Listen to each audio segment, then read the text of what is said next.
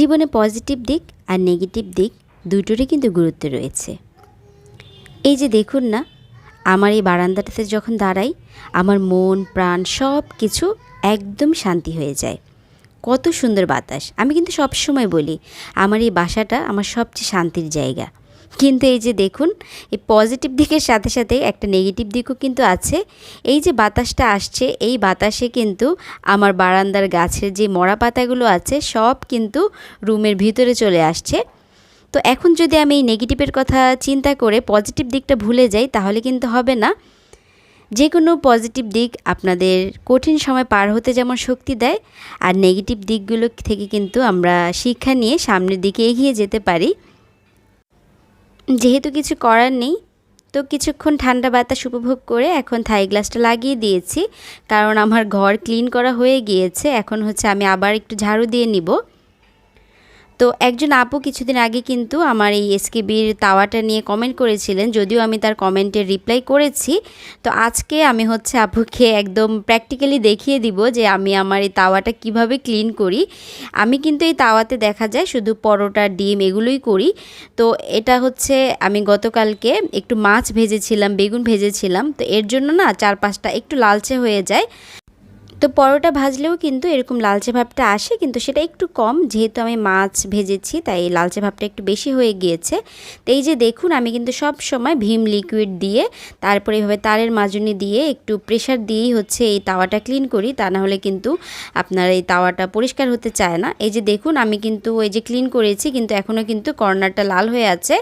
মাঝখানটা পরিষ্কার হয়ে যায় কিন্তু এই কর্নারটা লাল হয়ে থাকে। এর জন্য এই তাওয়াটা আমার কাছে একটু বিরক্তিকর লাগে, কারণ এটা ঘষা করতে একটু বেশিই পরিশ্রম করতে হয়। তো আমি যেহেতু এটা রেগুলার ইউজ করি না, মাঝে মাঝে ইউজ করি, মানে পরোটা যেদিন বানাই সেদিনই ইউজ করা হয়, তাই হচ্ছে কষ্টটা বেশি একটা গায়ে লাগে না। তো আমি হচ্ছে আবার একটু ভিম লিকুইড দিয়ে ভালো করে ক্লিন করে নিলাম। তা আপু বলেছিল, আপু তারের মাজনি দিয়ে মাজার পরে হচ্ছে আপু যেটাই ভাজতে গিয়েছে সব কিছু লেগে যাচ্ছিল। তো আমিও আজকে দেখব, কারণ আমিও কখনো করে দেখিনি। সব সময় দেখা গিয়েছে পরোটা ভাজার পরেই ডিমটা হচ্ছে ভাজি, তো কখনোই লেগে যায়নি। তো আজকে হচ্ছে আমি সাথে সাথেই ডিমটাকে ভেজে দেখব যে সাথে সাথে লেগে যায় কি না। তো এই যে দেখুন, একদম কিন্তু চকচকে ঝকঝকে হয়ে গিয়েছে, দেখতে অনেক সুন্দর লাগছে। আমার কাছে হাঁড়ি পাতিল ধোয়াটা না একটা কি বলে, মন ভালো হওয়ার একটা জিনিস লাগে। যখন হাঁড়ি পাতিলগুলো একদম পরিষ্কার করে আমি ক্লিন করি তখন আমার মনটা ভালো হয়ে যায়। হাঁড়ি পাতিল থালা বাসন এগুলো ধুতেও আমার খুব ভালো লাগে। তো আমি হচ্ছে তাওয়াটাকে প্রথমে ভালো করে একটু গরম করে নিয়েছি, তারপরে একটু অয়েল স্প্রে করে দিচ্ছি পুরোটা তাওয়াতেই, তা না হলে দেখা যাবে যতটুকুতে অয়েল দিয়েছি ততটুকু জায়গা ভালো থাকবে আর চারপাশটা আবার লাল হয়ে যাবে। তো এসকেবির এই তাওয়াটার কিন্তু এটা একটা নেগেটিভ দিক বলতে পারেন, কিন্তু পজিটিভ দিকও কিন্তু অনেক আছে, কারণ এটাতে ভাজাভুজি করে অনেক বেশি মজা পাওয়া যায়, অনেকগুলো জিনিস একসাথে ভাজা যায়, লেগে যায় না। তা আমি হচ্ছে এখন একটা ডিম দিয়ে দিব। তো আমার একটা ভুল হয়েছে, আমি আরেকটু তেল বাড়িয়ে দেওয়ার দরকার ছিল, তো আমি যেহেতু অল্প তেল দিয়েছি তো এটা দিয়েই হচ্ছে আমি আপুকে দেখিয়ে দিচ্ছি। তো প্রথমে যখন আমি ডিমটা দিয়েছি, ডিমটা প্রথম দিকে একটু লেগে গিয়েছিল, তো আমি আর খোঁচাখুচি করিনি, একটু সময় দিয়েছি, ঢাকনা দিয়ে একটু ঢেকে দিয়েছিলাম। তারপরে যখন ডিমটা ধরেছি দেখুন খুব সুন্দরভাবে কিন্তু উঠেই গিয়েছে। তা আমি যদি তেলটা আরেকটু বেশি দিতাম তাহলে কিন্তু লাগতো না। তো এখন কিন্তু আবার সেম এটাতে আমি আগের মতন ভাজা পোড়া করতে পারবো, লেগে যাবে না। তো আপুর তাওয়াতে কেন এই প্রবলেমটা হচ্ছে আমি জানি না, কিন্তু আমি কিন্তু সবসময় এভাবে তারের মাজনি দিয়েই আমার এই তাওয়াটা ক্লিন করি। তো হয়তো বা আপু যদি আমার ভিডিওটা দেখে থাকেন কমেন্টে জানাবেন, হ্যাঁ আপুর উপকার হতেও পারে। আজকে আমি কিন্তু সালাম দিতে ভুলে গিয়েছি। আসসালামু আলাইকুম এভরিওয়ান, রূপালী দিন রাত্রির পক্ষ থেকে আমি রূপা আপনাদের সবাইকে স্বাগতম জানাচ্ছি আমার নতুন আরেকটি ব্লগ দেখার জন্য। সকালের নাস্তাটা বেশিরভাগ সময় দেখা যায় আমি হচ্ছে রান্নাঘরে এভাবে দাঁড়িয়ে দাঁড়িয়ে করে ফেলি, কারণ রান্নাঘরে আরহামের বাবার জন্য যখন নাস্তা বানাই তখনই সকালের নাস্তাটা করি, আর মাঝে মাঝে যখন আরহাম তাড়াতাড়ি উঠে যায় তখন আরহামের সাথেও করি। কিন্তু এখন ইদানিং আরহাম একটু লেট করে ঘুম থেকে উঠছে, তাই আমি রান্নাঘরে দাঁড়িয়ে নাস্তাটা করে নিচ্ছি। সব সময় কিন্তু আয়েশ করে সকালের নাস্তাটা আমার করা হয় না, আমি কিন্তু বলি আপনাদেরকে সপ্তাহে একদিন কি 2 দিন আমি একদম এনজয় করে নাস্তাটা করি। তো আজকে দেখুন পেঁপে ভাজি করেছি, রুটি আর ডিমের উপরে একটু পামকিন সিড দিয়ে ডিমটাকে পোচ করেছি। তো এটাই হচ্ছে আমার সকালের নাস্তা। সকালের আলো ফোটার আগেই কিন্তু আমাদের মতো গৃহিণীর কাজ শুরু হয়ে যায়। সবার জন্য নাস্তা রেডি করা, ঘরের কাজ করা, পরিবারের সবার দেখাশোনা করা, সব কিছু কিন্তু আমাদের এই দিনের ভিতরেই করতে হয়। অনেকে এই গৃহিণী শব্দটাকে কিন্তু অনেক বেশি তুচ্ছ-তাচ্ছিল্য করে, কিন্তু আমার কাছে মনে হয় একজন গৃহিণী শুধু একজন নারী নন, তিনি হচ্ছেন একটা পরিবারের শক্তি, ভালোবাসা আর আশ্রয়। আর তার এই পরিশ্রমের কারণেই কিন্তু একটা সংসার সুন্দরভাবে এগিয়ে চলে। তাই একজন গৃহিণীর অবদান কখনোই ছোট করে দেখার সুযোগ নেই। তার ভালোবাসা আর ত্যাগেই কিন্তু গড়ে ওঠে একটা সুন্দর সংসার। সকাল থেকে রাত দিনের সমাপ্তি হলেও একজন গৃহিণীর কাজের কিন্তু সমাপ্তি হয় না। তো আজকে হচ্ছে আমি সকাল থেকে রাত পর্যন্তই আপনাদের সাথে ব্লগটা শেয়ার করছি। আমার সংসারের কাজকর্ম, রান্নাবান্না সব কিছু মিলিয়েই থাকছে আজকের ভিডিওটা। তো নাস্তা শেষ করেই আজকে ছিল আমার সব কিছু ঘষা মাজা করার দিন। আমি আমার সবগুলো সিলভারের হাঁড়ি পাতিল খুব সুন্দরভাবে ক্লিন করে নিয়েছি। পানি খাওয়ার বোতলগুলো প্রত্যেক দিনই রান্নার পরে কিন্তু এগুলো ক্লিন করা হয়, কিন্তু আমি দেখা যায় কি মাঝে মাঝে মাসে কিংবা 10-15 দিন পরে একবার এভাবে হচ্ছে ভালো করে হচ্ছে আমার সিলভারের কড়াইগুলো ক্লিন করি। তো অনেকেই কিন্তু যখন আমার ভিডিও দেখেন জিজ্ঞাসা করেন যে আমি কিভাবে আমার কড়াইগুলো এভাবে ঝকঝকে চকচকে রাখি। তো যদি এই ধরনের ভিডিও দেখতে চান যে কিভাবে আমি আমার সিলভারের জিনিসগুলো চকচকে রাখি, তাহলে কমেন্ট করবেন, আমি নেক্সট ভিডিওতে ইনশাআল্লাহ আপনাদের সাথে শেয়ার করব। তো এখন হচ্ছে সংসারের টুকিটাকি অন্যান্য কাজগুলোও করে নিচ্ছি। তো গৃহিণীর কিন্তু কাজের শেষ নেই, তো টুকটাক কাজের ভিতরেই কিন্তু চলতে হয়। যতই বলি আজকে আমার বিশ্রামের দিন, আজকে আমার রেস্টের দিন, আজকে আমি মি টাইম কাটাবো, কিন্তু সেই মি টাইমের ভিতরেও কিন্তু এই সংসারের কাজগুলো থাকে। তো অনেকেই আমি যখন এই ডাস্ট ক্লিনারটা দেখাই, দুইজন আপুই আমার কাছে ডাস্ট ক্লিনারটা ভালো করে দেখতে চেয়েছিলেন। এই যে দেখুন, ডাস্ট ক্লিনারটা কিন্তু এই হ্যান্ডেলটা থেকে খুলে সুন্দরভাবে ক্লিন করা যায়। আমি মাঝে মাঝে দেখা যায় ওয়াশিং মেশিনে যখন কাপড় দেই, এটা খুলে ধুয়ে দেই, খুব সুন্দরভাবে আবার পরিষ্কার হয়ে যায়। আবার সুন্দরভাবে লাগিয়ে নিলেই কিন্তু আমি আমার ধুলাগুলো মানে ফার্নিচারের যে ধুলাগুলো সব পরিষ্কার হয়ে যায়। এই যে বিনা বেতনের জন্য সকাল থেকে রাত পর্যন্ত আমরা সংসারের কাজগুলো করি, এটা কিন্তু কোনো স্বার্থের জন্য করি না, এটা সংসারটাকে ভালোবেসে করি, পরিবারের মানুষগুলোর জন্য করি।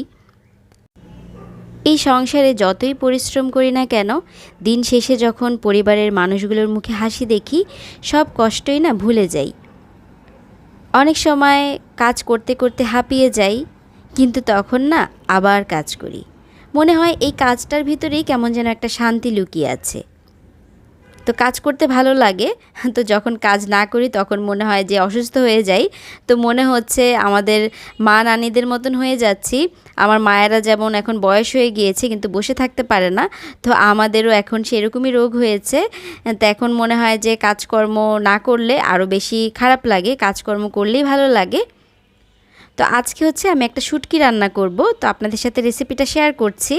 এই শুটকিটা না অনেক বেশি মজা। তো ছাদে আমাদের বাড়িওয়ালা লাউ গাছ লাগিয়েছে, তো সেখান থেকে কিছু লাউ পাতা এনেছিলাম।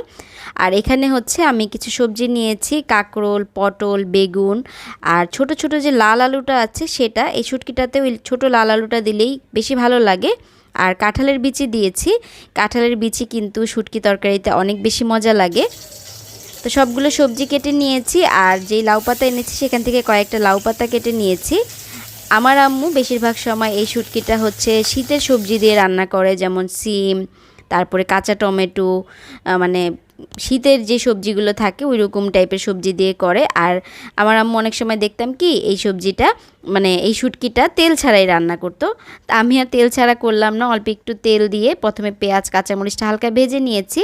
তারপর এখানে আমি মলা শুটকি দিয়েছি, আর সাথে একটু বাঁশপাতা চ্যাপাও দিয়েছি। আপনারা চাইলে যে কোনো এক রকমের শুটকি দিতে পারেন, যেহেতু চ্যাপার ফ্লেভার আমার কাছে বেশি ভালো লাগে। আর শুটকি দুটোই অল্প অল্প ছিল, তাই দুটো পরিমাণেই দিয়েছি। তো এখন একটু হলুদের গুঁড়া আর মরিচের গুঁড়া, শুটকিতে কিন্তু আর অন্য কোনো মশলাই যায় না। তো এখন পানি দিয়ে মশলাটা কষিয়ে আমি হচ্ছে সবজিগুলো দিয়ে দিব। তো এইভাবে শুটকি রান্না করলে মানে আর কোনো কিছু লাগে না, এক প্লেট ভাত অনায়াসেই হয়ে যায়। এমন একটা তরকারি যদি আমার টেবিলে থাকে, আমি আর অন্য কিছুর দিকেই হাত দিব না, কারণ এই শুটকির এত পাওয়ার, এই শুটকি খেলে আপনার আর কোনো কিছুই ভালো লাগবে না খেতে। তো এখন হচ্ছে আমি মশলাটাকে কষিয়ে আমি সবজিগুলো দিয়ে এখন ভালো করে একটু কষিয়ে নিব। রান্নাটা কিন্তু খুব ইজি, খুব একটা সময়ও লাগে না। ঘরে যে কোনো সবজি থাকলেই আপনারা কিন্তু এই শুটকিটা রান্না করতে পারবেন। তো সবজিগুলো যখন সিদ্ধ হয়ে গিয়েছে তখন হচ্ছে আমি লাউ পাতা দিয়েছি। আপনারা চাইলে এখানে পুঁই শাক দিতে পারেন কিংবা হচ্ছে ডাঁটা শাক দিতে পারেন, যে কোনো শাক দিতে পারেন, কলমি শাক অ্যাড করতে পারেন। তো আমি যেহেতু লাউ শাকটা পেয়েছি এটাই দিয়েছি। বাঁশপাতা চ্যাপার ভিতরে একটা কাঁটা থাকে, তো শুটকিটা যখন গলে যায় তখন কাঁটাটা বের হয়ে আসে, তখন কাঁটাটা আমি ফেলে দিয়েছি। আর ধনেপাতা তো দিবই, আমি শুধু গরুর মাংস আর মুরগির মাংস ছাড়া যে কোনো কিছুতে ধনেপাতা দিতে রাজি আছি। আমি কোনো লজিক মানব না, ধনেপাতা আমার দেয়া লাগবেই। তো শুটকিটা আমি একটু মানে খুন্তি দিয়ে হালকা ভেঙে ভেঙে দিচ্ছি, এতে করে শুটকির টেস্টটা না আরও বেশি ভালো হয়। তো এখন হচ্ছে একদম মানে মাখো মাখো যাতে হয়ে যায়, ঝোল রাখবো না কোনো, একটু মাখো মাখো ধরনেরই শুটকিটা হবে। তা আমি একটু এই যে খুন্তি দিয়ে মানে কি বলে খোঁচা দিয়ে দিয়ে সবজিগুলো একটু ভেঙে দিচ্ছি। ব্যাস রেডি হয়ে গেল কিন্তু আমার শুটকি তরকারি। তো আজকে দুপুরে কিন্তু আমি আর কিছু করিনি, আরহামের জন্য মাছ রান্না করেছিলাম আর আমার জন্য করেছি শুটকি, কারণ রাতে ডিনারে অন্য প্ল্যান আছে। কারণ আরহামের বাবা তো এগুলো কিছুই খাবে না, এই শুটকি হচ্ছে আমার একার জন্য, এটা হচ্ছে আমি 2-3 দিন রেখে রেখে খাবো। আর এই যে দেখুন আমি কিন্তু রান্নার পরপরই সব কিছু সবসময় বাটিতে নিয়ে ফেলি, তো এতে করে না যে আপনি কড়াইতে বা হাঁড়িতে রান্না করেন সেটা কিন্তু ভালো থাকে, মানে হলদে ভাব হয়ে যায় না। আর কড়াইতে যদি তরি তরকারি সবসময় রেখে দেন তাহলেই কিন্তু কড়াইগুলো আর চকচকে থাকে না।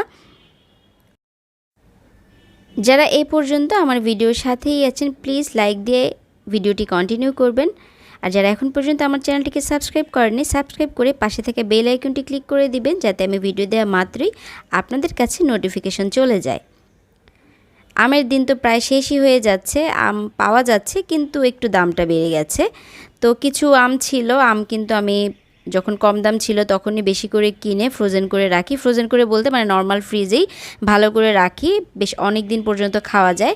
তো কিছু আম একটু নরম হয়ে গিয়েছিল, তো সেগুলোর রস বের করে নিয়েছি। তো চিন্তা করলাম এবার আমের সিজন, এখন পর্যন্ত ম্যাঙ্গো লাচ্ছি খাওয়া হয়নি, তো আমি টক দই আর আম আর কিছুটা কনডেন্স মিল্ক দিয়েছি। আপনারা চাইলে চিনিও অ্যাড করতে পারেন, আর চিনি না দিলেও সমস্যা নেই, কারণ আম প্রচুর পরিমাণে মিষ্টি। তো আমি একটু চিয়া সিড ভিজানো ছিল, তো সেই চিয়া সিডটাও ভাবলাম যে লাচ্ছির সাথে সার্ভ করে দিব। আর আজকে আমি সসেস বারবিকিউ পিৎজা বানাবো। তো সসেসগুলো আমি হচ্ছে একটু চিকন করে কেটে, কর্নারের যে ক্রাস্টটা থাকে সেই ক্রাস্টটা কিন্তু দেখা যায় কি অনেকেই খেতে চায় না, কিন্তু এভাবে যদি ভিতর দিকে সসেস দিয়ে দেয়া যায় তখন কিন্তু সবাই দেখবেন মজা করে খেয়ে নেবে। তো আমি হচ্ছে সসেসগুলো কর্নারে দিয়ে দিয়েছি, দিয়ে তারপরে হচ্ছে পিৎজার ডোটা দিয়ে এভাবে ঢেকে দিচ্ছি। তো পিৎজার রেসিপি কিন্তু আমি আর শেয়ার করছি না, আমি হচ্ছে বিকেলবেলায় কাজের ফাঁকে ফাঁকে পিৎজার ডোটা রেডি করে রেখেছিলাম। তো পিৎজা বানানোটা আমার কাছে না খুব বেশি ইজি মনে হয়। আমি যখন দেখা যায় রাতের বেলা তেমন কিছু থাকে না খাওয়ার, ঝটপট করে পিৎজা বানিয়ে ফেলি। চিকেন থাকলে চিকেন দেই, তা চিকেন না থাকলে দেখা যায় শুধু সসেস দিয়ে পিৎজাটা করে ফেলি। তো আজকে যেমন আমার একটু কিমা রান্না করা ছিল, চিকেনের কিমা, তো সেটা দিব আর বেশি করে সসেস দিয়ে আমি আজকে পিৎজাটা বানাবো। অনেকটা ওই যে বলেন সসেস কার্নিভাল পিৎজা, অনেকটা সেই টাইপের পিৎজাই হয়েছে। আর আমি এখানে যেহেতু পিৎজা সস নেই, সবসময় ইউজ করি না, টমেটো কেচাপের সাথে একটু চিলি অয়েল দিয়েছি, এতে করে গার্লিকের ফ্লেভারটা খুব ভালো পাওয়া যায়। আর মেয়োনেজ ছিল সেটাও অ্যাড করেছি, এতে করে পিৎজার টেস্টটা আরও বেশি ভালো আসে। আমি দেখা যায় এক এক সময় এক একভাবে পিৎজা বানাই ইচ্ছা মতন, তো মাশাল্লাহ সবসময় পিৎজাটা খেতে ভালো হয়।